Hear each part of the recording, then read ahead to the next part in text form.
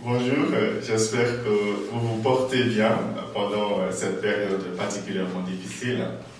Ce matin, j'aimerais vous parler de l'accomplissement des promesses en général, mais plus particulièrement l'accomplissement de la promesse de Dieu. L'évangile que nous lisons ce matin, c'est l'évangile selon Saint Jean, chapitre 14, versets 1 jusqu'à 6. C'est le fameux texte où Jésus dit ne soyez pas bouleversés. Vous croyez en Dieu, croyez aussi en moi. Il y a une place, il y a une solution à tout problème. Il y a une place pour chacun et chacune de vous dans la maison de mon Père.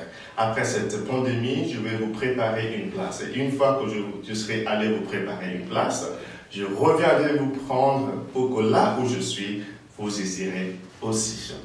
Donc j'aimerais vous dire trois petites choses sur la promesse, les promesses de Dieu et l'accomplissement des promesses de Dieu dans la Bible. La première chose, c'est que les promesses de Dieu sont fiables. Les promesses de Dieu sont fiables. Vous savez, je trouve qu'une des choses qui sont difficiles pour Dieu à vivre, s'il y a quelque chose comme ça, c'est que nous ne lui faisons pas confiance. Dieu, c'est comme un papa ou une maman qui te dit « Demain, je vais t'acheter une voiture », par exemple.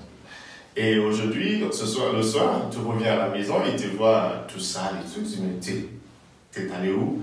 Et l'enfant dit, bah moi, je suis sorti travailler chez le voisin parce que je vais faire de l'économie pour m'acheter une voiture. C'est blessant, cette attitude. Ça veut dire que l'enfant n'a pas cru dans la parole, dans la promesse de ses parents. Quand Dieu nous dit, je vais vous faire ceci, il faut lui faire confiance, il va le faire. Dieu n'a jamais échoué, il n'a jamais il n'a jamais donné une promesse, il n'a pas tenu. Notre Dieu, partout dans les Écritures, a toujours promis des belles choses à ses enfants et il a toujours tenu parole. Donc la première chose que j'aimerais vous dire, chers amis, ce matin, c'est que Dieu est fidèle. Quand il fait une promesse, il tient parole. La deuxième chose, c'est que parfois les promesses de Dieu sont transgénérationnelles. Ça part d'une génération à l'autre. Le problème de notre époque, c'est que nous voulons que le monde tourne autour de nous. Nous voulons être au centre de l'univers. Quand un gouvernement commence des projets, d'ailleurs, le mot projet, c'est un autre mot pour les promesses de Dieu dans la Bible.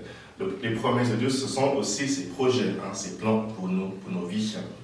Quand un gouvernement, je disais, commence un projet, il veut tout finir pendant son mandat. Et quand le prochain gouvernement arrive, il dit que tout ce que l'autre a fait était mauvais. Et lui, il recommence tout. Mais pour les grands projets, on ne peut pas tout finir dans une vie. Dieu nous fait des grandes promesses. Dieu, c'est un auteur des grands projets. C'est pour ça que quand il commence des choses, parfois, il lui faut plusieurs générations. C'est pour cela que ce matin, Saint Paul dit que les promesses que Dieu a faites à nos pères, il les a accomplies de nos jours. Ce qui veut dire aussi que certaines des promesses que Dieu te fait aujourd'hui, il va les accomplir dans la vie de tes enfants. Donc arrêtons de centrer tout autour de nous, de penser qu'à nous-mêmes, qu'à notre propre vie, parce qu'il y a des choses que Dieu va commencer avec nous, qu'il va achever dans la génération suivante. La troisième et la dernière chose que j'aimerais vous dire ce matin, c'est que croire dans les promesses de Dieu, croire dans le projet de Dieu, ça change tout. Ça change notre vie. Si tu n'as jamais essayé, tu peux essayer aujourd'hui de dire que, ok, à partir d'aujourd'hui, je vais faire confiance à Dieu, je vais croire dans la parole de Dieu, je vais croire dans la promesse de Dieu et voir ce que ça change dans ma vie. Et je t'assure que ça va tout changer. Ça va tout changer. Déjà au niveau de ta santé psychique, ça va déjà tout changer. Le fait de savoir que tu n'es pas seul dans le monde, que tu n'as pas à tout résoudre par toi-même, que tu n'as pas à tout comprendre par toi-même. Le fait de savoir déjà qu'il y a une intelligence supérieure qui travaille en ta faveur. Cette intelligence qui a créé l'univers, qui a créé tout le monde, qui a créé le monde entier. Cette intelligence, l'intelligence de Dieu, l'Esprit Saint, est encore là pour nous aujourd'hui. Nous pouvons lui faire confiance. C'est difficile de vous expliquer ça, mais c'est quelque chose à vivre.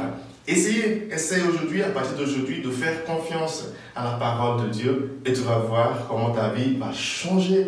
Je veux dire, changer de manière vraiment positive.